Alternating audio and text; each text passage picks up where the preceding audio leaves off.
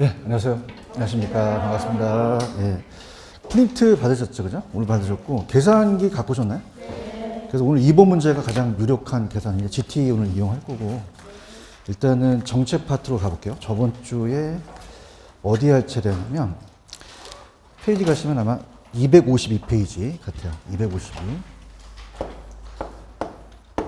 252 가시면은, 거기 나와 있는 공공임대주택 할 차례 맞죠, 그죠? 여기 가도록 하겠습니다. 일단 제가 예전에 오른쪽에 단기 효과와 장기 효과를 안 해드렸죠, 그죠? 여기는 이제 예전에는 출제가 됐다가 요즘은 출제가 잘 안 돼요, 그죠? 그래서 이제 그 출제되는 부분이 어떤 게 이제 잘 나오는지 저번 주 프린트로 얘기를 하면서 단기, 장기 효과는 나가려고 하는데요. 자, 250입니다. 251로 가시면은 그 공공임대주택이죠. 공공임대주택 들어가겠습니다. 공공임대주택, 공공임대주택 정책. 자, 이게 이제 그 시장이 두 가지 시장을 나누거든요. 사적 시장하고 공적 시장으로 나눕니다. 두 가지 시장. 그래서 분리가 되기 때문에 조금 어려워요. 그래서 사적과 공적 시장이 있어서 저번 시간에 제가 보조가 나오면 간접이죠. 근데 공공이 나오면 간접이에요, 직접적 개입이에요. 직접. 그래서 우리가 직접적 개입 수단이다. 그래서 생산자 방식으로 이제 많이 사용하죠. 그래서 저번 시간에 이제 그 프린트 갖고 오셨나요? 프린트? 저번 주 거 보시면은 4번에 작년 문제인데, 4번에 작년 문제인데, 임대료 보조 정책에 제가 동그라미 4번에 공공임대주택 공급 정책은 입주자가 주거지를 자유롭게 선택할 수 있는 장점이 있어요? 제한이 있어요? 제한이 있죠, 그죠? 저번 주 프린트 지금 보고 계시나요? 4번에서 4번 보고 계세요?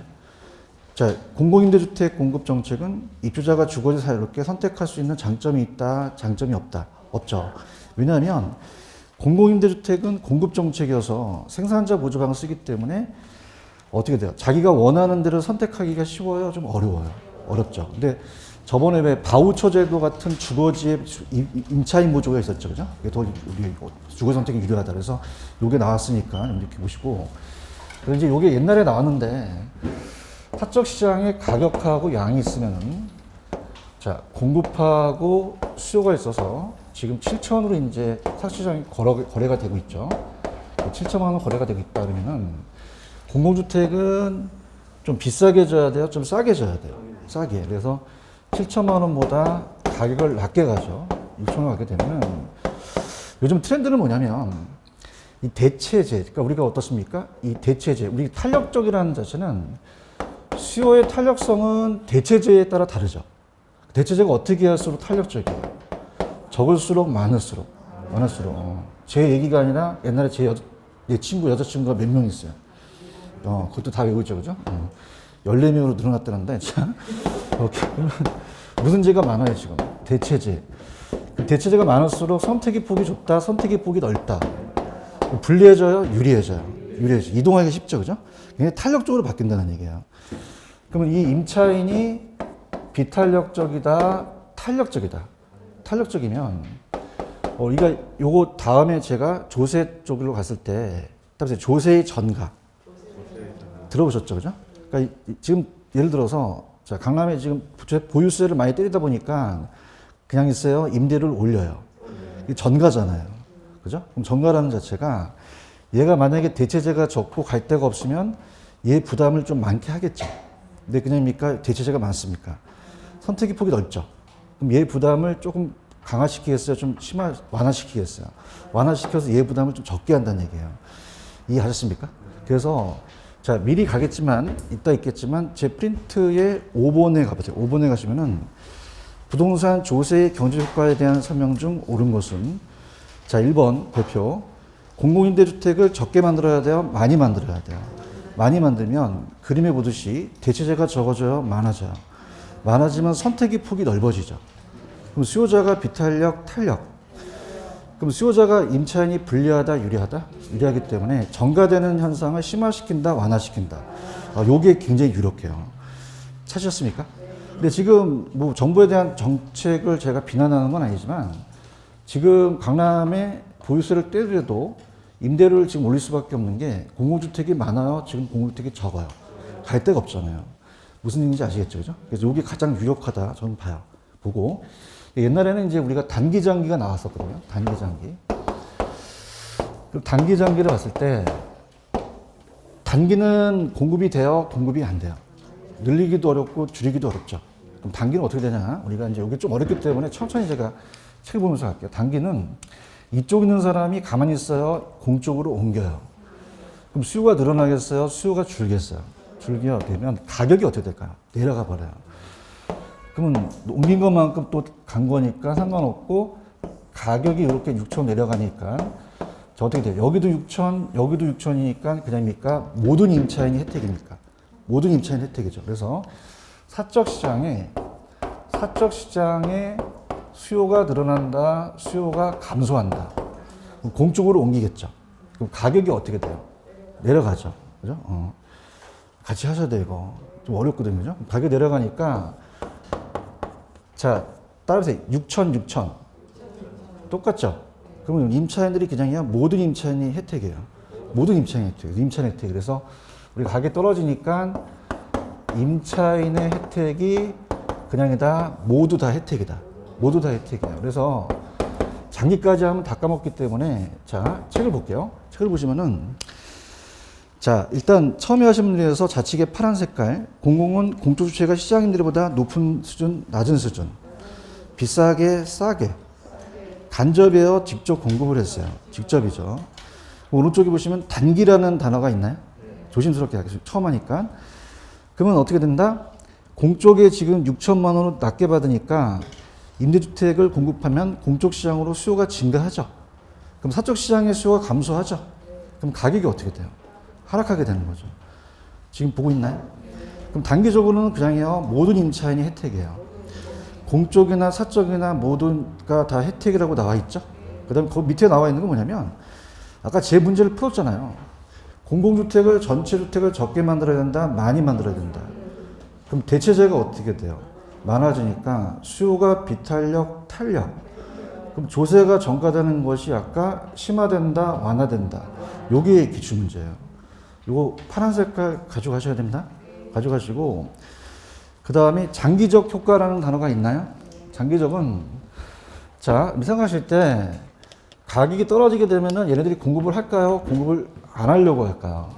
공급이 늘어나겠어요? 공급이 이렇게 감소하겠어요? 그럼 20개에서 15개로 감소해 버리죠. 그죠? 그럼 가격이 그냥입니까? 다시 올라갑니까? 올라가죠. 따라해봐요. 7천만 원, 6천만 원, 이중 가격. 그러면 어떻게 돼요? 남아있는 사람이 혜택이에요? 옮긴 사람만 혜택이에요? 옮긴 사람의 혜택이죠. 그죠? 그 다음에 옮긴 것만큼 5개가 움직여줬으니까 장기적으로 사회 전체적 양은 자, 따라서 불변이다.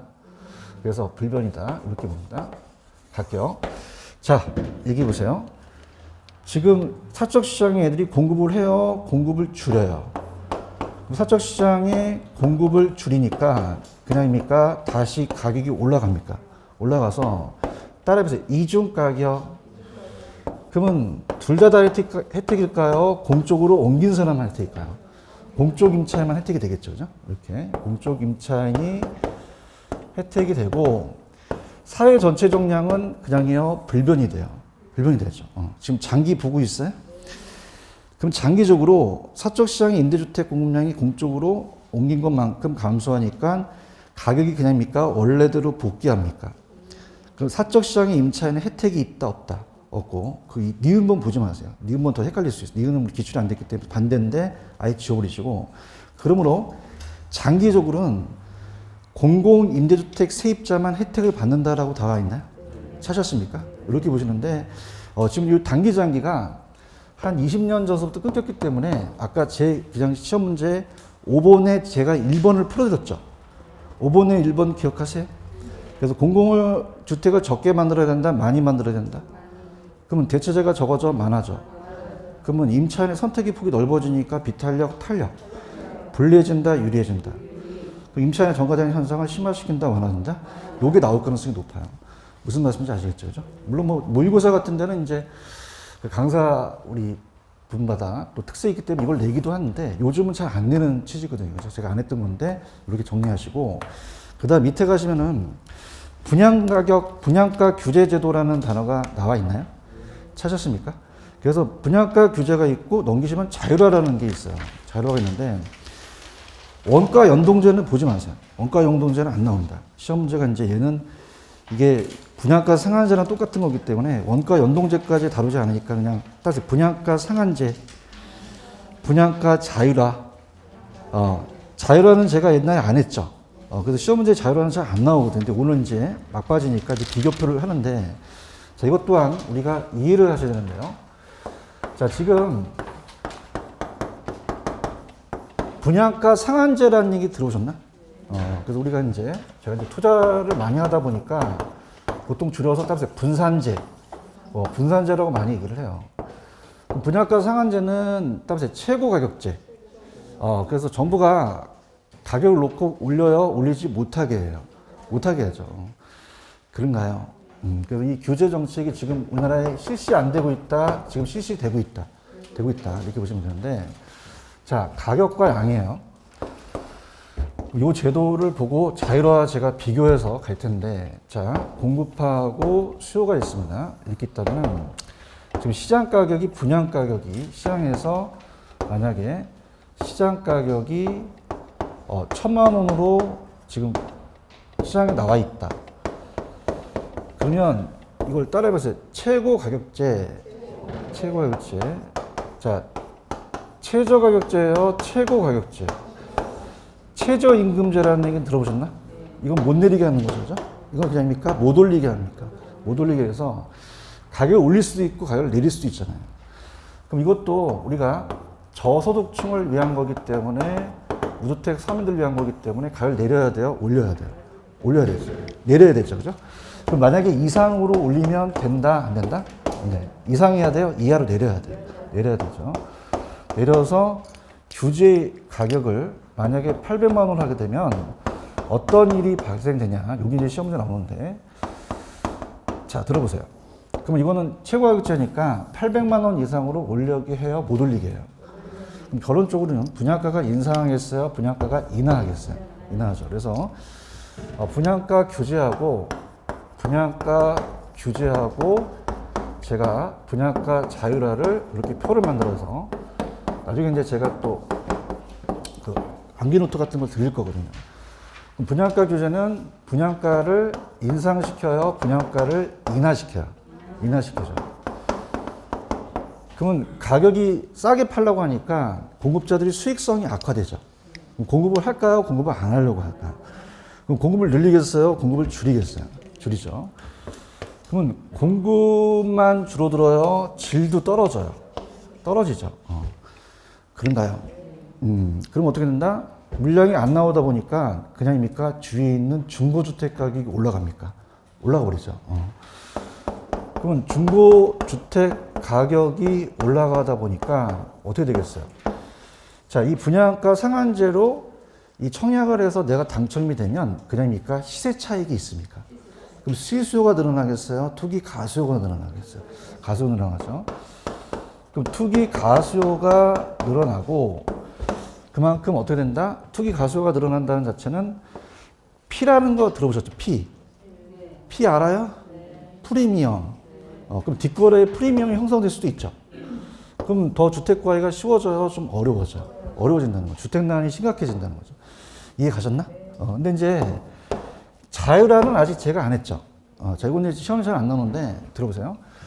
자율화는 야, 네 마음대로 받아라. 그럼 분양가를 인하한다, 분양가를 인상한다. 인상하죠. 대화를 합시다. 같이 갑시다, 같이. 분양가를 인상하면, 자, 분양가가 높아지면 어떻게 되겠어요? 중고주택 가격이 상승해요? 신규주택 가격이 상승해요? 신규주택 가격이 상승하죠. 지금 뭐 하는지 아시겠어요? 비교하란 말이야, 그죠? 그러면 신규주택 가격이 상승해버린다는 거 이해 가셨나? 그 다음에 얘네들이 가격 올리니까 공급을 줄이겠어요? 공급을 더 늘리겠어요? 늘리죠. 공급만 늘어나요? 질도 높아져요. 높아지면서 가격이 올라가니까 중고주택 가격과 시세 차익이 안 나죠. 그럼 투기 수요가 늘겠어요? 투기 수요는 줄겠어요? 줄죠. 근데 우리 시험 문제 뭐가 나왔냐? 예전에 나왔는데 투기 가수요는 줄어들지만 자 타워 팰리스 같은 대형 주택을 짓기 시작해요. 소형 주택을 짓는다, 대형 주택을 짓는다. 그럼 시험 문제 만약에 대형 주택 공급 위주로 한다는 것은 규제에 대한 효과요, 자율화의 효과요. 그럼 주택 부하기가 더 쉬워져, 어려워져? 어려워지니까 어려웠다는 건 똑같다는 얘기죠. 지금 뭐 하는지 알겠어요? 그럼 제가 할게요. 자, 분양가 규제는 그냥이다. 분양가가 인하된다. 자율화는요? 인상되죠. 지금 반대인 거 아시겠어? 규제는 그냥이야. 중고주택 가격이 올라가. 얘는 무슨 가격이 올라가? 신규. 얘는 공급이 늘어나, 줄어들어. 줄고. 얘는 공급이 늘어나고. 질적이 떨어지고 질적이 높아지겠죠. 근데 얘는 무슨 수요가 늘어날 수 있어요? 투기 수요. 얘는요. 투기 수요를 줄일 수 있고. 자율화가 나왔다는 거는 대형 주택 기준은 규제에 대한 거예요? 자율화에 대한 거예요? 그럼 더 좋아져? 안 좋아져? 안 좋아진다는 건 공통적이죠. 이해하셨나? 그러면 그냥이야 또 규제로 가야 돼. 규제 갔다 또 자율화로 가죠? 밤새겠다. 그러면 자체적으로 계속 돌아간다는 얘기예요. 이해하셨나? 자, 할게. 지금 253페이지는 보고 계셔요? 자, 이 분양가 규제는 그냥요, 무주택 서민들을 위한 거예요. 가격을 비싸게 해야 돼요? 저렴한 가격으로 해야 돼요? 저렴한 가격. 그래서 밑에 2번에 가시면은 쭉 나와 있는데, 아예 그냥 넘기세요. 거기는 뭐 그냥 우리 자체적으로 얘기니까 넘기시면은 분양가 상한제 규제에 대한 의의라는 단어가 나와 있나? 그러면 분양가 상한제는 규제는 분양가를 시장가격 이상 이하, 최저가격, 최고가격, 무주택자들의 주택가격 부담을 완화시킨 거죠. 근데 아까 제가 P가 붙을 수 있다 그랬죠. 분양가와 시장가의 차이 이중가격에 프리미엄이 생성될 수 있다는 거죠. 장점은 단기적으로 분양가에 대한 부담이 없기 때문에 주택 소비자가 유리하지만 단점은 가십니다. 그럼 어떻게 돼요? 분양가격 시장가격보다 낮은 결과 전매 차익이 아까 투기 수요가 유발된다고 얘기했나요? 주택 건설업체는 수익성이 악화되니까 신규주택 공급이 증가해서 신규주택 공급이 감소를 해요. 주택 건설업체가 경쟁력이 약화되다 보니까 주택 생산성에 대한 것이 저하되겠죠? 그러면 공급만 줄어들어요? 질적 수준도 떨어져요. 그 다음 민간주택 공급이 위축되니까 중고주택 가격이 상승한다고 얘기했나? 실수요자들은 무슨 시장이 형성돼? 그냥이야 P가 붙어. 프리미엄을 더 주고도 사죠. 시장가격보다 더 높은 가격을 주택가격을 구입하게 된다. 또한 이제 또 많은 큰 평수를 또 저희가 사서 가소비를 초래해서 또 저소득층의 주택난이 심화돼서 소득의 형평성이 저해된다는 단어가 나와 있나요? 그 다음에 오른쪽 갈게. 분양가 자율화에 있어요. 자율화. 자율화는 긍정적인 효과는 전매 차익을 줄여서 투기 수요는 감소된다고 말했죠. 여기 했잖아요, 제가. 그 다음에 자, 중고주택 가격이 상승해요? 신규주택 가격이 상승해요? 주택 가격이 상승해서 장기적으로 신규주택 공급이 확대돼서 품질도 향상된다고 이현사 얘기했지. 근데 부정적인 거는 뭐냐면 건설업체들이 분양가를 원가 상승 이상으로 올리니까 소비자 실질 부담이 증가되겠죠. 분양가 상승으로 인해서 기존 주택의 매매 가격 상승까지 부르시면 결과를 초래한다. 어떤 주택을 줘요? 대형 주택이라는 단어가 있나? 그럼 시험 문제 대형 주택 위주 공급 나오면 규제야, 자율화야. 자율화라고 하는 말이에요. 그러면 더 저소득 주택난이 심화되는 건 공통점이죠. 그러니까 지금 내가 여기서 얘기하고 싶은 건 뭐냐면 잘 보세요. 자, 다른 건 다 그냥이요, 다 반대예요. 근데 주택난이 심각된다는 건 그냥이야, 같다는 거를 강력하게 주장하는 바입니다. 이해하셨어요? 해보시고 그 다음에 넘겨보세요. 넘기시면은 과제라는 단어가 있나? 과제? 그럼 분양가 자율화는 가격이 어떻게 되겠어요? 상승하죠. 공급 증대도 유발되죠. 그렇죠. 그러면 저렴한 택지 확보나 주택 금융 지원의 강화 등이 또 선행돼야 된다는 게 한번 나온 적도 있었거든요. 그래서 이렇게 보시면 되고 밑에 선분양, 후분양이라는 단어가 있나요? 요거 별표를 한번 쳐보세요. 요거 중요합니다. 이 선분양과 후분양이 옛날에는 별로 안 나왔었어요. 근데 공인중개사 2문제 나오고 감정평가사 1문제 나왔거든요. 그걸 다 얘기해 주시는데 자, 무슨 분양? 선분양, 후분양. 자, 가볼게요. 자, 우리나라가 이 주택에 대한 역사가 생긴 지 그렇게 오래 안 됐어요. 지금 이제 분양가 규제를 처음 썼거든요. 우리나라가. 1970년도에 이제 수도권에 우리가 이제 이 수도권이 이제 가장 대표적이니까 서울에 아파트가 짓기 시작해요. 강남에. 자, 그럼 분산제라는 거는 가격을 올려야 돼요? 가격을 내려야 돼요? 내리게 팔게 되면 건설회사가 수익성이 악화되죠. 그렇죠. 그래서 그 당시 이제 왜 여러분들이 요새 굉장히 이슈화 되는 게 현대 압구정동 아시죠? 재건축하고 저기 음마 아파트까지 쫙 이제 그때 당시 져진 거예요. 그러면은 이 건설회사들이 그냥 다 수익성이 악화된다. 악화되잖아요. 생산성이 떨어지고. 그래요? 그럼 건설회사들이 그냥 입이 튀어나와.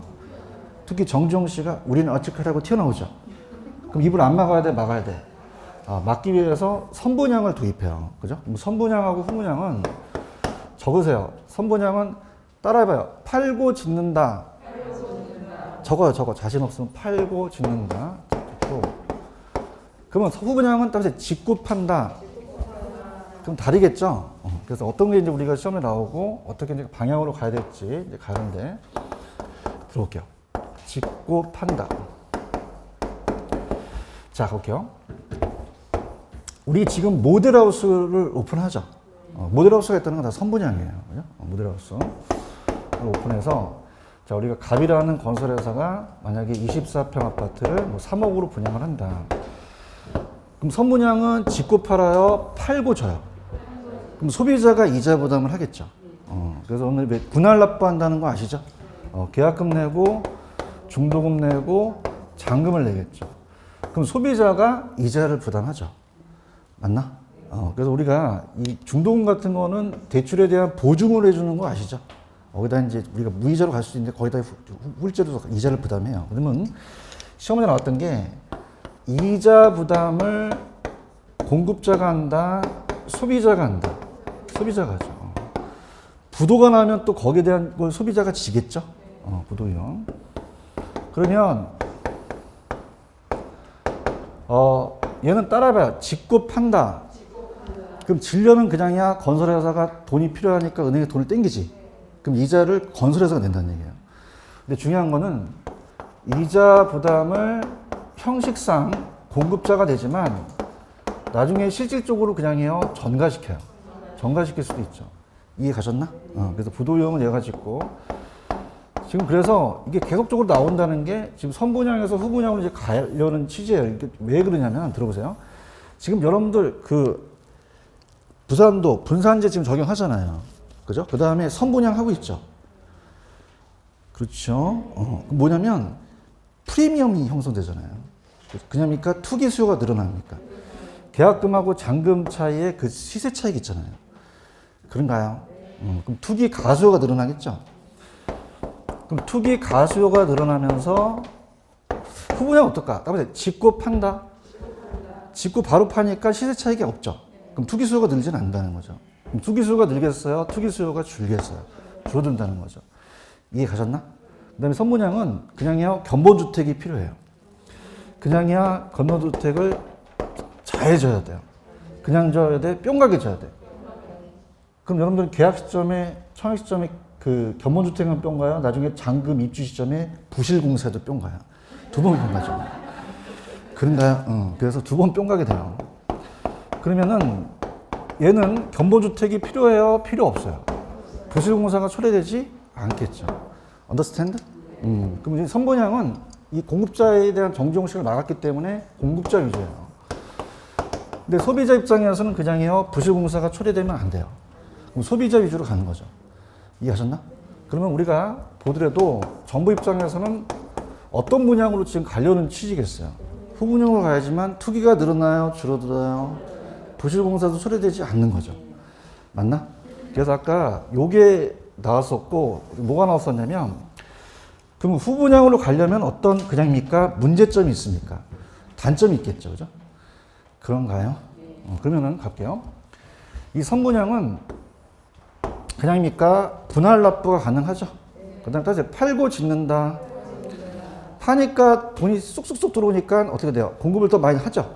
그 시장에 공급 물량이 많아져요. 많아지는데 저도 이제 건설회사 다녔지만은 이 후분양은 따라서 짓고 판다. 그럼 질려면 은행에서 돈 땡겨야 되지. 자, 우리가 도급순위가 1순위서부터 쫙 있는데 보통 돈을 빌려줄까요? 일반 건설회사한테 안 빌려줄까요? 안 빌려주죠. 알아요? 대형 건설사한테만 빌려줘요. 브랜드. 그죠? 자, 롯데 캐슬, 자이, 포스코, 레미안 들어보셨어요? 이런 애들만 땡겨준단 말이에요. 그럼 중견업체한테 돈을 빌려주지 않으니까 대형 건설사의 독점으로 가버려요. 공급이 나온다 안 나온다? 이게 나왔단 말이에요. 이해하셨나? 그럼 공급이 늘어나겠어요? 공급이 줄겠어요? 줄어져. 언더스탠드? 그래서 따라해보세요. 프로젝트 파이낸싱 들어보셨어요? 이게 원래는 이제 그 도로 항만 이런 거에 대해서 이제 파이낸싱을 해주는데 중견업체도 이 대규모에 대한 프로젝트에 있는 그 대규모 단지도 해준다는 얘기예요. 그럼 이건 무슨 분양으로 지금 가려고 하는 거죠? 후분양이죠, 그죠? 이해하셨습니까? 그 다음에 선분양은 그냥이야 분할 납부가 가능해. 목돈 부담이 없죠. 목돈 부담이 작아요. 목돈 부담이 작아서 그럼 어떻게 된다? 3억에다가 10% 넣고 이제 중도금을 내야 되는데 3천만 원 중도금은 어느 정도 갚을 수 있잖아요, 그죠? 그래서 목돈 부담이 크다, 목돈 부담이 작다. 그래서 1순위가 중도금이 없어갖고 친정으로 달려가요. 그래서 엄마한테 엄마 왜 그래? 나 중도금 없는데 해약하네. 엄마 나 3천만 원이 필요한데 나 죽을 것 같아. 그랬더니 엄마 아빠 몰래 짬박한 돈 있다 이렇게 주죠. 근데 후분양은 3천이 필요해요, 3억이 필요해요. 그래서 엄마 나 죽고 싶어. 그때 엄마 뭐라 그래? 그래서 목돈 부담이 적어진다, 많아진다? 많아져서 보금자리론이라고 들어오셨나? 그래서 집값이 70%까지 땡겨주는 거예요. 뭔 얘기 아시겠어? 그러면 지금 보금자리론까지 예전에 만들어서 LTV 들어보셨나? 그래서 70% 땡겨준다는 것은 지금 무슨 분양으로 가려는 거죠? 후분양. 이해갔지? 그래서 기출됐던 거 얘기해 볼게. 선분양은 이자 부담을 누가 내고? 소비자가 내고. 자, 후분양은 딱 직구 판다. 질려 그러니까 건설회사들이 이제 돈 안 빌려주죠? 대형 건설에 독점으로 가는 거지. 공급이 나와요? 잘 안 나와. 이게 나왔었어요. 아시겠습니까? 그 다음에 감정평가에서 뭐가 나왔었냐면, 자, 만약에 이제 그 개발업자가 건설회사가 들어가 볼게요. 선분양과 후분양을 봤을 때 시장 상황이 확실해요? 불확실해요? 그럼 나중에 파는 게 나아요? 미리 파는 게 나아요? 그러면 개발업자의 시장률을 줄일 수 있죠. 이거 나왔었어. 맞나? 후분양을 하면 매도자에 대한 개발업자 분양이 커지죠. 이렇게 나왔단 말이에요. 나중에 이제 개발 파트에서 제가 얘기할 거예요. 아시겠죠? 그죠? 이렇게 해서 보시고. 그럼 이제 읽어볼게. 256페이지 찾으셨어? 그래서 따봐 1970년대 분양가 규제를 썼다고 했죠? 그래서 장점은 그래도 다 읽어볼게. 소비자는 분양금을 분할 납부하고 목돈 마련에 대한 부담이 덜하죠? 엄마한테 갖다 엄마 줬잖아.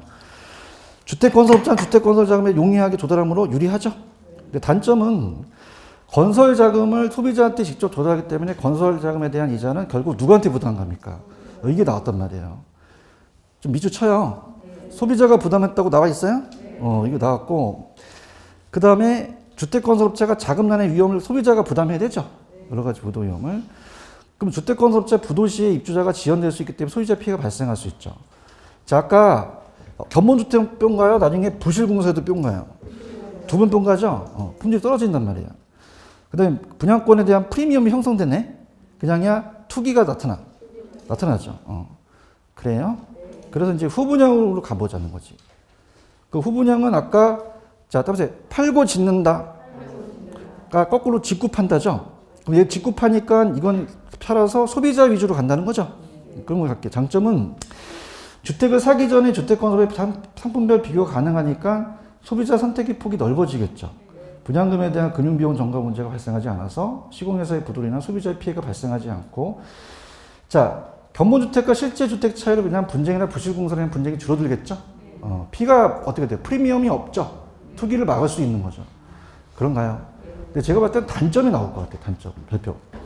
자, 왜 그러냐면 지금 선분양에서 무슨 분양으로 지금 가려고 하는 거야. 그러면 단점을 보완해야 될 거 아니야.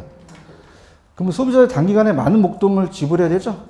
그래서 이제 보금자리론 같은 걸 이제 출시를 한 거고, 건설회사가 건설자금 직접 조달함으로 자금 부담원의 공급이 줄어들죠.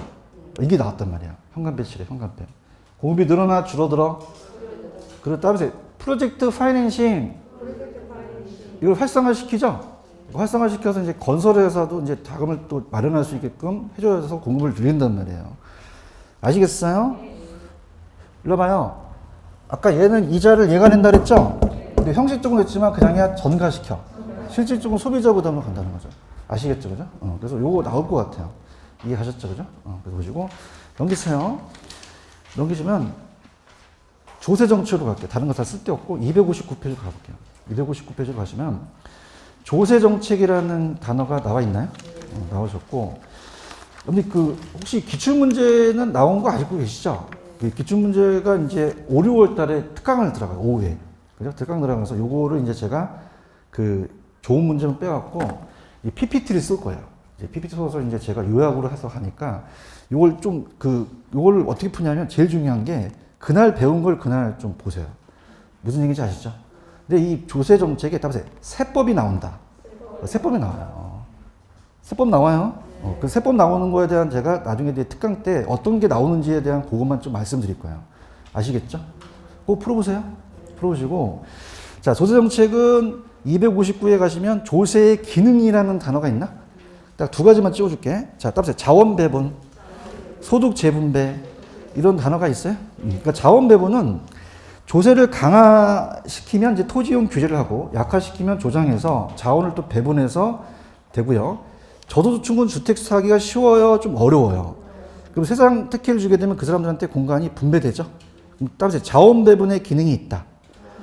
그 다음에 소득 재분배는 제일 중요한 게 세금 없는 사람한테 걷어야 돼요, 있는 사람한테 걷어야 돼요.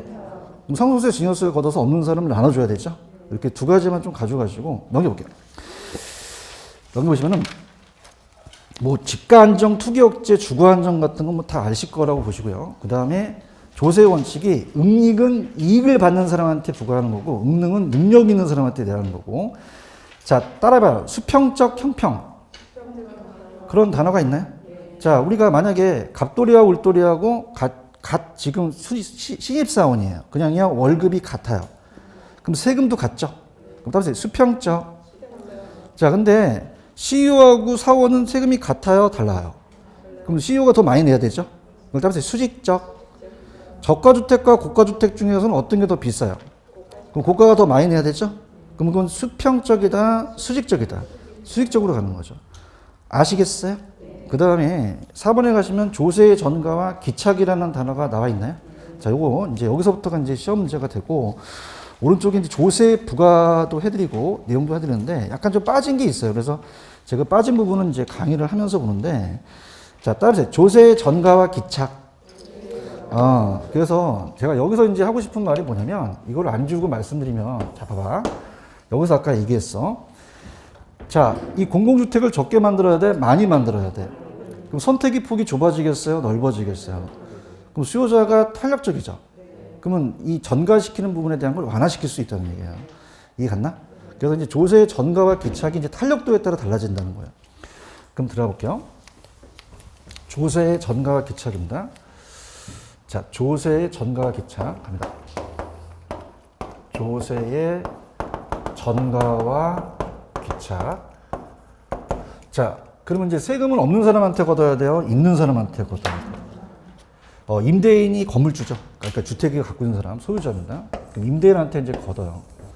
그래서 우리가 조세를 부과시킨다. 재산세가 됐든 뭐가 됐든.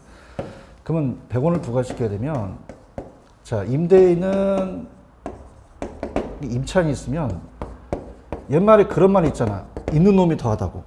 가만히 있어. 그냥 전가시켜. 가격을 올린단 말이에요. 맞나요? 그래서 임대료가 만약에 1,000원이다 라고 한다면 좀 빠진 게 있어요. 그래서 나중에 이제 제가 기출문제 갈 때 이제 잉여라든지 이런 것들을 말씀드릴 텐데, 자, 얘가 공급자고 얘가 수요자죠. 그렇게 되면은, 자, 전가시킨다는 건 뭐예요? 그냥니까 가격을 올립니까? 올린 것만큼 전가가 되는 거잖아요. 그죠? 그래서 가격을 올려버려요. 그래서 가격을 만약에 1,060원으로 올리면 그냥니까 이 소비자 가격이 높아졌습니까? 소비자 부담이 작아지겠어요? 커지겠어요? 커져서 수요가 늘어납니까? 수요가 줍니까? 줄어요. 그래서 이걸 따라서 소비자 잉여, 소비자 잉여가 감소됐다는 게 기준에 나왔는데 이게 없거든요. 나중에 기출문제에서 제가 다시 또 해드리려고 하고요. 그러면 이렇게 얘가 떠넘기는 것을 따라서 조세 전가, 부가라고 하면 돼요, 안 돼요? 부가는 과세 권장하는 거죠. 그래서 조세 부가라고 하면 안 되고 조세 부가가 맞아요, 전가가 맞아요. 전가가 맞죠. 자, 그럼 전가라는 것은 자, 이 100원만큼을 다 넘긴 겁니까? 요 가격이 오른 것만큼입니까? 오른 것만큼만 전가가 된 거죠. 맞나요? 얘가 60원을 부담하게 되고 그럼 100원에서 60원 빼면 40원이죠. 얘가 40원을 부담했으니 임대인도 40원을 낸 거잖아요. 그럼 얘 수입이 늘어났다, 수입이 줄어들었다? 줄어들면서 공급도 줄고 이 생산자 잉여가 줄었다고 나올 거예요. 그럼 수요와 공급이 줄다 보니까 그냥입니까? 거래량이 줍니까? 줄죠. 그래서 이 시장을 떠나는 것을 자, 따라서 경제적 순손실 그런 게 나와요, 나중에. 그래서 떠난 거에 대해서 우리가 안 좋다는 거죠. 자, 그러면은 들어보세요. 아까 공공주택을 적게 만들어야 돼요? 많이 만들어야 돼요? 많이 만들어야죠. 그럼 선진국 같은 경우는 적어요? 많아요. 그럼 선택의 폭이 좁겠어요? 넓겠어요? 넓으면 불리하다, 굉장히 유리하다. 유리하다니까 비탄력, 탄력. 아까 자칫 기억나시죠? 탄력적이니까 불리해진다, 유리해진다. 유리해져요. 그러면 얘한테 막 가격을 막 올려가지고 막 전가시키면 얘는 가만히 있어요. 딴 데로 이동해버려요. 그러면 그냥 해야 돼요. 얘를 잡아야 돼요. 잡아갖고 미안하다. 잘못했어. 너한테 부담을 좀 작게 해줄게. 탄력적으로 따라서 유리하다. 조세 부담이 작아진다. 작아지죠. 작아지고 조세 부담이 작아지는데 후진국 같은 경우나 아니면 개발도상국 같은 경우는 주택이 많아요? 부족해요? 갈 데가 없죠. 그럼 탄력적이야? 비탄력적이야? 유리해요? 불리해요? 그래서 얘한테 배워갖고 나 나간다. 그러니까 그냥 야 나가라 그래. 나갔더니 주택이 있어 없어? 그냥 다시 들어가야 돼. 제가 어렸을 때부터 조세를 너무 저한테 부담시켜주세요. 이렇게 하는 거. 조세 부담이 작아지겠어요? 커지겠어요? 그러면 탄력적인 것이 유리하니까 조세 부담이 크다, 작다? 비탄력적인 게 크겠죠? 이해하셨습니까? 그래서 자, 참새 시리즈를 갈게요. 그림을 잘 못 그려서 전깃줄에 있는 애는 참새예요. 서 있는 애는 사람이고요. 다시 할게요. 얘네들 누구라고요? 얘네는요. 사람. 자, 그러면 A 참새와 B 참새가 있으면 이게 수요자 참새와 공급자 참새라고 볼게요. 그러면 탄력적이면 불리합니까? 탄력적이면 유리합니까? 비탄력적은요. 불리하니까 더 많이 부담하겠죠. 그런가요? 그러면 제가 아까 조세 부과하는 거는 얘네들이 하는 거예요? 정부가 부과시키는 거예요. 제가 이제 사냥꾼이에요. 자연스러운 이제 탄화를 장착시켜가지고 서로 이제 탄력적은 그냥이야 반응이 빨라. 날아가는 속도가 빠르죠. 그럼 조세를 많이 부담할까? 굉장히 적게 부담할까? 적게 부담하죠. 유리하니까. 이거 잘해야 돼요. 근데 비탄력적은 그냥이야 불리해. 그러면 그냥이야 좀 둔해. 날아가는 속도가 느리죠. 그럼 조세 부담이 작아진다, 조세 부담이 커진다. 커지고, 자, 따라서 완전 탄력적. 자, 따라서 완전히 유리. 그러면 어떻게 돼요? 얘가 부담하겠어요? 전혀 부담 안 하겠어요? 공급자한테 다 전가시키죠. 맞습니까? 완탈인 거는 수요자가 전에 부담한다, 안 한다. 안 하게 되는 거죠. 그렇죠. 자, 그냥이야 완전히 반응해. 그래서 착각하니까 그냥이야 벌써 날아갔어. 맞아? 하나도 안 맞아. 안 맞죠? 근데 얘는 따라서 완전 비탄력, 그냥 분리, 완전히 분리. 그러면 날라가 총구를 쳐다보고 있어. 쳐다보고 있죠. 돌리니까 어떻습니까? 피가 질질 흘리면서 어머 내가 다 맞았구나 하는 거죠. 그죠? 그럼 완전 비탄력적은 얘 쪽이 그냥입니까? 전에 부담합니까? 전에 부담한다는 거죠. 이해하셨죠? 그죠? 그래서 거기 파트가 가장 중요합니다. 갈게요. 전에 부담한다. 자, 좌측에 보시면 조세의 전가와 기착이라는 단어가 있나? 그럼 조세의 전가는 부과된 조세의 일부 또는 전부를 다른 경제주에 이전하는 것을 그냥이야 조세의 전가라 그래. 조세의 기착은 조세 부담이 경제주에 최종적으로 낙착되는 거죠. 그래서 이 조세의 전가 기착은 부과된 조세에 대해서 납세자와 담세자가 달라지기 때문에 양가로 2번 별표. 그러면 조세의 전가와 기착 정도는 수요 공급의 상대적 뭐에 따라 달라지겠어요? 탄력성에 따라 달라지죠. 그런가요? 그럼 아까 비탄력적인 게 그냥요 분리예요. 자, 비탄력적이라는 자체는 탄력성이 작죠. 둔감하기 때문에 그냥입니까? 많이 부담합니까? 그거고요. 그러면 수요의 탄력성이, 자 이거 잘해야 돼. 3번 별표. 국어를 잘해야 돼. 수요의 가격 탄력성이 공급 탄력성보다 크죠. 그러면 누가 더 크다는 거죠? 야, 국어 잘해야 돼. 수요가 공급보다 크잖아요. 그럼 수요가 큰 거예요. 수요가. 잘해야 돼. 누가 커? 수요가 더 탄력적인 거예요. 그럼 공급자가 유리해요? 수요자가 더 유리해요? 공급자가 조세 부담이 커지는 거죠. 잘하셔야 돼요. 그 다음에 이제 4번 가자. 이제 앞에 대가리가 누가 나왔어? 공급이 나왔어? 수요가 나왔어? 수요 탄력성이 공급보다 더 작다고 나왔지? 헷갈려 죽겠어. 그럼 뭐야? 이게 수요가 더 작다는 건 비탄력적이라는 거죠. 맞나? 그럼 누가 부담이 더 크다? 소비자의 조세 부담이 더 커진다는 거죠. 분위기가 상당히 안 좋은데? 자, 갈게. 아까는 수요의 탄력성이 공급 탄력보다 크다는 건 수요가 탄력적이라는 것이고, 수요 탄력성이 공급 탄력성보다 작다는 것은 수요가 더 비탄력적이니까 수요가 더 불리하다는 거죠. 아시겠죠? 그죠? 그럼 소비자 부담이 더 커지는 거 아시겠습니까? 수요가 완전 비탄력적이면 그냥이야 완전히 불리해. 그럼 전부 다 누가 낼까? 소비자가 내는 거고. 맞아요? 그 다음에 공급이 완전 비면은 그냥이야 공급이 완전히 불리해. 그럼 다 누가 부담할까? 공급자가 다 부담을 해요. 찾았습니까? 그 다음에 이제 어려운 게 이따가 제가 기출문제를 풀어드릴 거거든요. 기출문제는 제 문제를 풀어드려야지만 좀 되기 때문에 갈게요. 무슨 조지라는 게 있죠? 별 조지가 다 있죠? 무슨 조지? 알았어. 조용히 해봐. 자, 찾으셨어요? 자, 그러면 자, 다음에 토지 단위세. 주택이에요? 토지예요? 토지거든요. 그래서 이게 조금 연결시켜 보는데 갑니다. 왜 여러분들 그 지대론에서 고전합파라는 애 아시죠? 그냥입니까? 지대를 잉여로 받습니까? 잉여로 받습니다. 불로소득이에요. 그래서 헨리 조지 캐스는 조지의 토지 단일세 운동을 주장합니다. 단일세 운동. 그러면 이분은 그냥이야 오래전에 돌아가셨어. 아주 오래되신 분이시지? 조상과 같은 분. 이분은 그냥이야 옛날 이론이야. 신고전합파야, 고전합파야. 고전합파. 고전합파는 인문적이야, 자연적이야. 그럼 토지가 용도가 전환된다는 걸 생각했다, 못했다. 못했기 때문에 탄력적이라는 생각을 못했다는 얘기예요. 그러면은 얘는 그냥이야 지대를 잉여로 봤어. 불로소득이죠. 은행지 아시겠어요? 그러면 자, 이 공급이 따라서 완전 비탄력. 공급이 돼요? 전혀 안 돼요.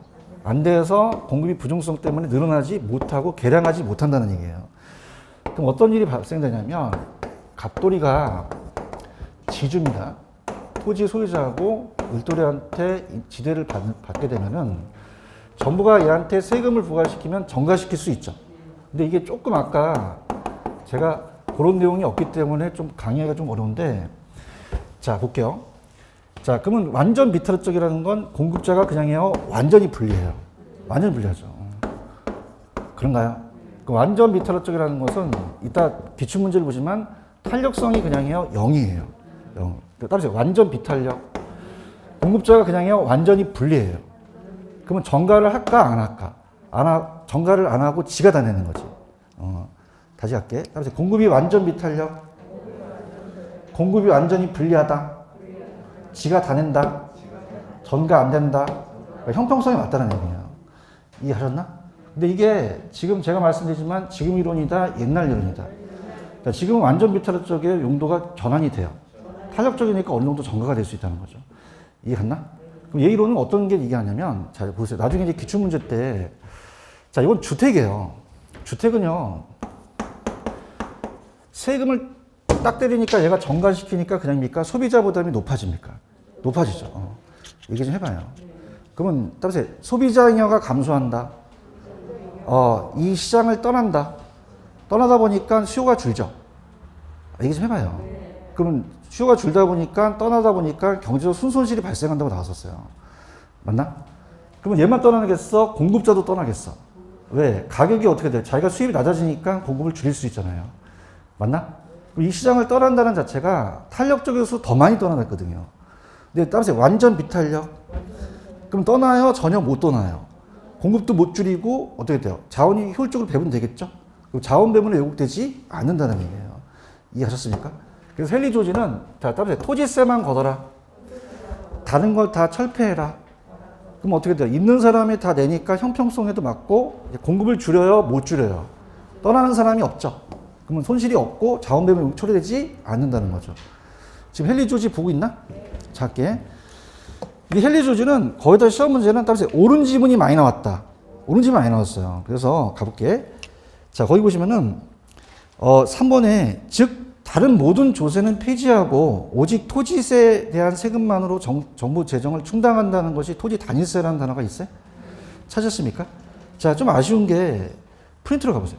프린트로 가시면은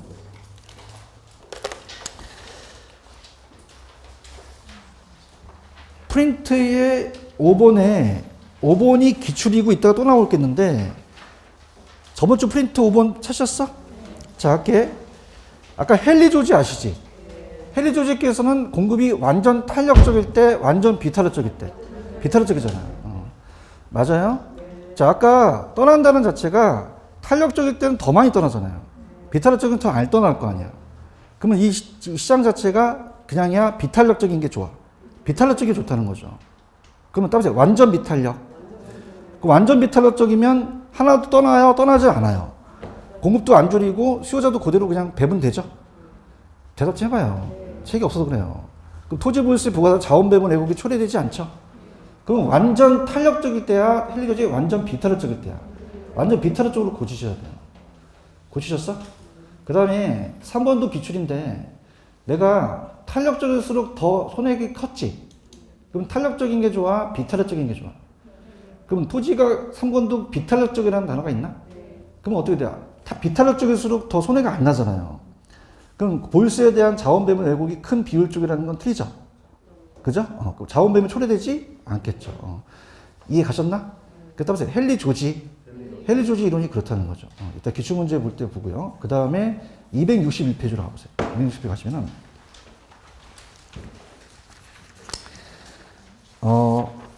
밑에 261페이지에 그 임대주택이라는 단어가 나와 있나? 내가 아까 공공주택을 적게 만들어야 돼? 많이 만들어야 돼? 근데 그 개발도상국이나 후진국은 이번 주택보급률이 낮아. 대체자가 적죠?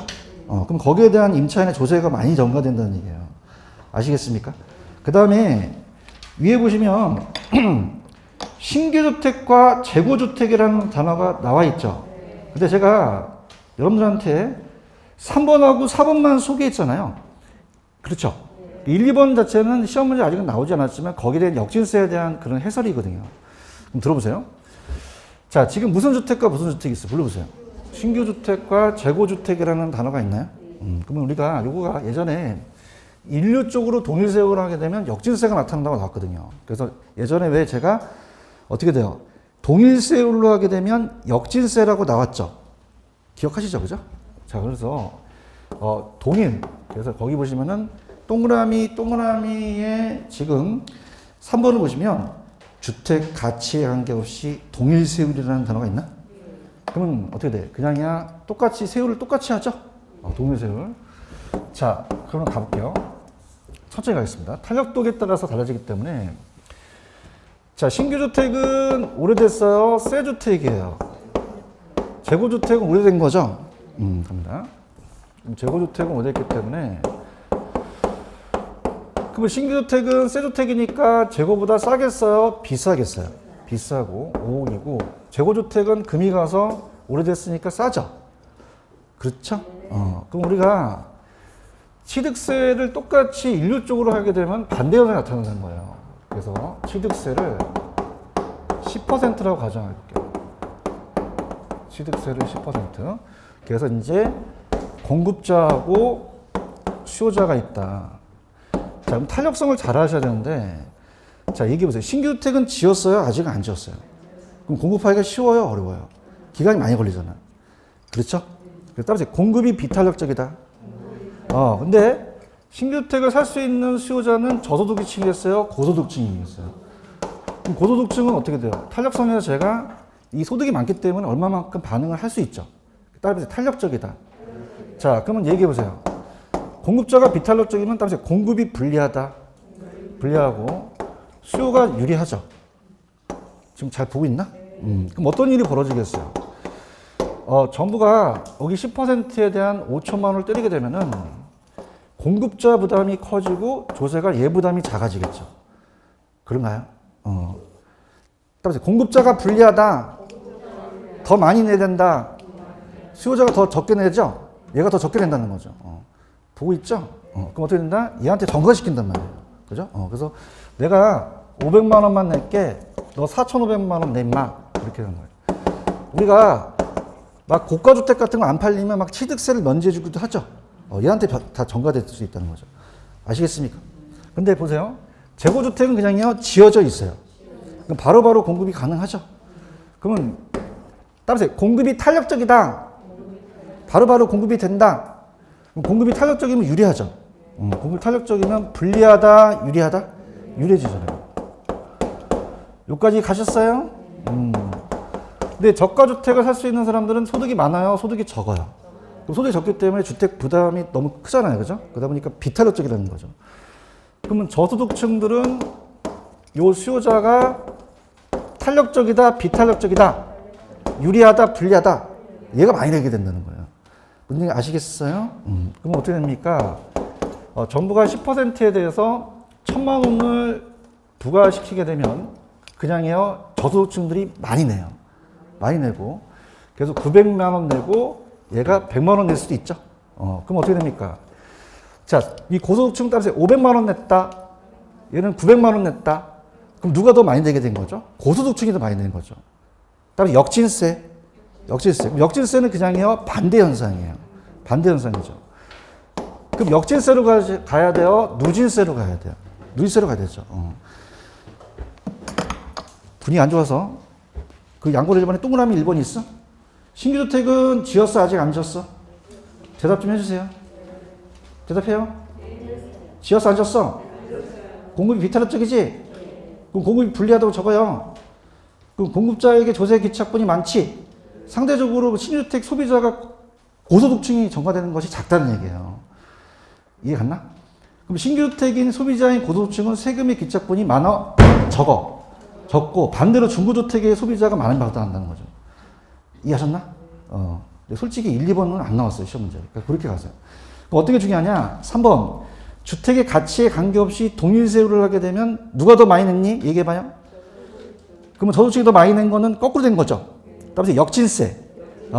우리가 여러분들 누진세라는 얘기 들어오셨죠? 누진세는 가세편이 증가에 따라서 증가되는데 고소득층들은 오히려 얘네들이 가세편이 증가하는데 낮아지는 현상이 나타나는 거죠. 그럼 그냥요, 반대예요. 역진세는 좋은 세금이야, 안 좋은 세금이야? 우리 기분이 안 좋을 때, 역 같은 일이 있어. 그런 얘기 하죠? 역진세는 좋아, 안 좋아? 왜 안 좋아? 역 같으니까. 자, 그러면, 그래서 따라서 수직적 형평? 그럼 위에 있는 놈이 더 잘 내야 되죠? 그래서 이를 해결하기 위해서 무슨 세를 적용합니까? 누진세를 적용하는 게 저소득층의 세금 부담을 완화시키는 거죠. 이해하셨죠? 그죠? 그래서 다시 한번 갈게요. 이게 탄력성이 약하신 분들이, 그래서 내가 안 한 거야. 분위기 안 좋아서 다 가봐. 신규주택 보고 있어? 천천히 대답해봐요. 지었어요? 안 지었어요? 이거 아직. 공급하기 쉬워요? 어려워요? 대답은 잘해야 아주 그냥. 비탄력적이죠? 그럼 괜히 불리하단 말이에요, 얘가. 그런가요? 또 화내면 또 신경 낼까봐. 근데 고소득층은 돈이 많잖아요. 탄력적이죠? 그럼 얘가 유리하고 얘가 불리하죠. 그러면 얘 부담하는 부분이 작아진다는 얘기예요. 이해 갔나? 근데 중고주택은 그냥요, 지금 지어져 있어요. 바로바로 생산이 되죠. 그러면서 공급이 탄력적이다. 공급자가 유리하다. 그러면 소비자가 얘가 불리할 수 있잖아요. 그럼 얘 부담이 커진다는 거죠. 이제 알아두신 것 같아요. 그럼 그냥요, 반대가 됐어요. 그러면 시험 문제가 동일세율로 하게 되면 그냥요, 역진세가 발생돼. 이게 이제 우리 시험 문제는 거죠. 아시겠습니까? 탄력성에 대해서는 아직 안 나왔단 말이에요. 그럼 동일세율로 해야 돼요? 누진세로 적용시켜야 돼요? 수익적 형평성에 따라서. 아시겠죠? 그래서 정책적 대안으로 가볼게요. 역진세 효과를 차단하기 위해서는 그냥입니까? 차등가세를 해야 됩니까? 그럼 저소득층의 세금 부담을 완화시켜야겠죠. 그런가요? 그 다음에, 자, 일로 와봐요. 아까 공급택을 적게 만들어야 돼? 많이 만들어야 돼? 그럼 탄력성을 높일 수 있죠. 소비자 부담을 완화시키는 게 아까 정답이었잖아요. 이해하셨죠? 그래서 제 문제부터 한번 풀어볼게요. 지금 제가 이게 좀 약해서 제 문제를 가겠는데 5번에 1번은 틀렸죠, 여러분들? 심화예요? 완화예요? 완화. 동그라미 2번에다가 별표 치세요. 쳤어요? 됐다 잘 나오는데 따라서 양도소득세 중과라고 돼 있죠? 양도소득세 들어보세요. 양도소득세를 중과한대요. 자, 그러면은 지금 수요를 억제시키기 위해서 양도 차익이 많이 나게 되면 그걸 막 중과시키다. 요새 양도소득세 중과시키는 거 아세요? 모르세요? 알아야 할 텐데. 6월 달에 바뀌어요, 6월 달에. 몇 월 달에? 6월 달서부터 다주택자한테 더 중과시켜 버려요. 그런가요? 그러면 그냥 돼요. 좀 시간을 줘야 돼요. 그럼 어떻게 돼? 요거 이날에 중과가 더 심한다면 요거 줘가지고 요때 물량을 내놓으라는 거예요. 대화를 합시다. 그럼 정부 입장에서는 막 공급이 쏟아져 나올 줄 생각한 거지. 그치? 그러면 공급이 막 쏟아져 나오면 가격이 떨어질 거라고 생각을 한 거예요. 맞나? 근데 얘네들이 내나 안 내나 그걸 따라봐요. 동교료가 꽁꽁 얼어붙는다. 물량이 잠긴다. 대답도 안 한다. 그래서 그럼 공급이 줄어들어 버려요. 아시겠어요? 동교료가가 뭐라고요? 물량이 잠겨서 물량이 안 나온다는 얘기예요. 그러면 동교료가가 발생하게 되면 그냥입니까? 공급이 줄어듭니까? 가격이 어떻게 될까요? 요게 100% 시험 나오거든요. 지금 2번이 그럼 틀렸나요? 화이팅 하세요. 동교료가 있어요? 물량이 나와 안 나와? 그 가격 어떻게 돼? 상승할 수 있다는 것이 강력하게 주장하는 거거든요. 체크하셨어요? 그러면 4번이 정답이죠. 4번에다가 100% 쳐놓은 기출문제인데 토지이용을 특정 방향 유도하기 위해서는 정부가 보유세를 부과할 때 일률적으로 똑같이 해야 돼요? 차등가세 해야 돼요? 그래야지만 올바로 간다는 거죠. 아시겠습니까? 약해. 넘겨. 내가 자존심이 있어서 그냥 못 넘어가. 이 기출문제 가면. 자, 그래서 시간을 드릴 테니까 한번 풀어보세요. 들어갑니다. 지금 가게 되면은 페이지 270페이지에 11번, 12번이 있죠? 찾으셨어? 별표를 치세요. 별표 2개 땡이나 치시는데, 하나만 쳐, 하나씩. 땡이나. 270페이지 하고 있어요. 11, 12번 찾으셨어요? 그럼 같이 풀어줘, 같이. 내가 필요해, 내가. 11번. 부동산 조세에 관한 서면에 오른 것은 소유자가 거주하는 재산세를 부과시켜버려요. 그럼 재산세가 부과되면 염려 주택수가 증가할까요? 좀 줄까요? 줄어들죠. 대화를 하자. 감소하니까 주택이 줄면 가격이 하락하겠죠. 이해 갔나? 그 다음에 임대주택에 재산세를 부과시키면은 임대주택을 안 하려고 할 거 아니에요. 공급이 증가하겠어요? 공급이 감소하겠어요? 그러면 임대료가 어떻게 된다? 올라가겠죠. 하셔야 됩니다. 자, 여러분들 3번은 상식인데 취득세를 낮춰주면 주택수가 어떻게 되겠어요? 증가하죠. 대답해봐요. 어머! 거기 동교로가 나왔어요? 동교로가? 나왔네. 그냥이야 꽝꽝 얼어붙어. 선대모사는 하지 마시고. 그럼 물량이 나와 안 나와? 잠겨버린단 말이에요. 공급이 나온다 안 나온다? 그럼 왜 틀었는지 한번 지적해보세요. 틀은 게 있어요.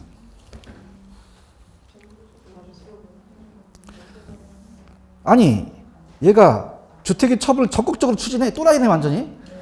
물량이 잠겼잖아요. 그럼 공급이 나와 안 나와? 공급을 감소시키는 거죠. 무슨 얘기 아시겠죠? 그죠? 자, 아까 5번에 아까 헨리 조지 아시세요? 무슨 조지? 얘는 그냥이야 고전화파야. 그러면 토지가 용도가 전환된 걸 생각했어 못했어? 완전 비타르 쪽이잖아요. 교수님 완전 비타르 쪽이 없는데요? 탄력성이 0인 게 완전 비타르 쪽이야. 아시겠죠? 그죠? 완전 비타르 쪽이면 공급자가 완전히 불리하죠? 그럼 다 누가 부담해야 되는 거예요? 토지 소유자가 전부 부담해야 되는 거죠. 몇 번 정답? 5번이 정답이에요. 이해 가셨습니까? 그 다음에 12번은 이제 우리가 이제 그 대학교 교과서에 나와 있는 게 탈세라는 게 나왔는데 1번 가볼게요. 소형주택 공급을 확대시키고 호화주택 건축 억제 등 같은 주택 문제 해결 수단이 기능을 갖는다. 맞죠? 틀린 거 없잖아. 좋은 얘기 한 거잖아. 그다음에 자원 배분 아까 자원을 재분배한다고 했었죠? 아, 또 나왔다, 야. 양도소득세 중과에 있어요? 동교로가 있어요? 그럼 보유자가 공급을 내나요? 안 내나요? 거래를 미루는 거잖아요. 그렇죠? 근데 4번은 국어를 잘해야 돼, 국어를. 다 봐. 조세부과는 수요자와 공급자가 모두 세금을 부담한다. 상대적으로 탄력성이 낮은 게 비타르 쪽이죠. 그쪽이 더 세금을 많이 부담한다는 거죠. 이해하셨습니까? 그러면 요거는 5번은 처음 나왔어요. 그래서 좌측의 해설을 한번 볼게요. 좌측의 해설을 한번 보세요. 해설 있어요, 해설? 탈세는 불법이잖아요. 동그라미 쳐보세요. 탈세는 뭐라고요? 불법. 근데 절세와 조세입피가 다 불법적인 건 아니라는 거예요. 절세는 따라서 합법적이다. 조세입피도 불법이라고 할 수는 없어요. 이것도 합법적인 거예요. 사회적 비난을 받지만 어떻게 돼요? 세법상 처벌의 대상이 되지 않기 때문에 불법이라고 볼 수는 없는 거죠. 아시겠습니까? 그러면 지금 5번 보고 있어요? 절세는 합법적인 세금이죠. 근데 조세피와 탈세는 불법이지만 조세피는 불법이라고 볼 수는 없다는 거죠. 아시겠습니까? 몇 번 정답? 5번이 정답이 되죠. 이해 가셨죠? 그래서 정리를 좀 해볼게요. 자, 이 조세의 전가와 기착은 자, 아까 공공주택을 적게 만들어야 된다, 많이 만들어야 된다. 그러면 비탄력, 탄력. 수요자가 탄력적으로 해서 유리하기 때문에 조세 부담을 완화시키게 되는 거죠. 맞아요? 그러면 수요자가 비탄력적으로 돼요? 탄력적으로 돼요? 불리해요? 유리해요? 조세 부담을 좀 적게 하겠죠. 그런가요? 자, 헨리 주석께서 얘기하신 거는 그냥요, 옛날 이론이에요. 자, 지금 그냥요, 용도가 전환이 돼요. 완전 비탄력적으로 가정하신 거죠. 그런가? 따라서 완전 비탄력. 그러면 따라서 완전히 불리하다. 그럼 공급자가 세금을 다 내겠죠? 형평성에도 맞는 거고. 아까 주택 같은 거는 그다음이니까 여기 수요와 공급을 줄여서 거래량이 줄었죠? 그래서 어떻습니까? 이 시장을 떠났잖아요. 떠나게 되면 그만큼 손실이 올 수도 있잖아요. 근데 얘는 공급을 줄여요? 못 줄여요? 못 줄이고 떠나지도 않죠? 그럼 자원 배분 여기 초래되지 않는다는 거죠. 아시겠죠? 그 다음에 아까 인류 쪽으로 같이 하게 되면은 그냥입니까? 역진세가 나타납니까? 누진세로 가야 되는 거죠. 양도소득세 기억나세요? 동교로가 나왔어요? 그럼 공급이 어떻게 돼요? 주니까 가격은 올라간다 이렇게 보셔야 되고. 맞아? 그 다음에 탈세는 그냥이야 불법이야. 근데 절세는 합법적이죠. 근데 조세피도 불법적이라고 할 수는 없다. 여기까지 정리를 하셔야 됩니다. 아시겠죠? 그죠? 그래야지만 되고, 이 세법에 대해서는 제가 나중에 가서 기출문제, 우리 학교로 나오는 세법이 있기 때문에 그때 하기로 할게요. 아시겠죠? 프린트 다 받으셨나요? 좀 쉬었다가 있습니다.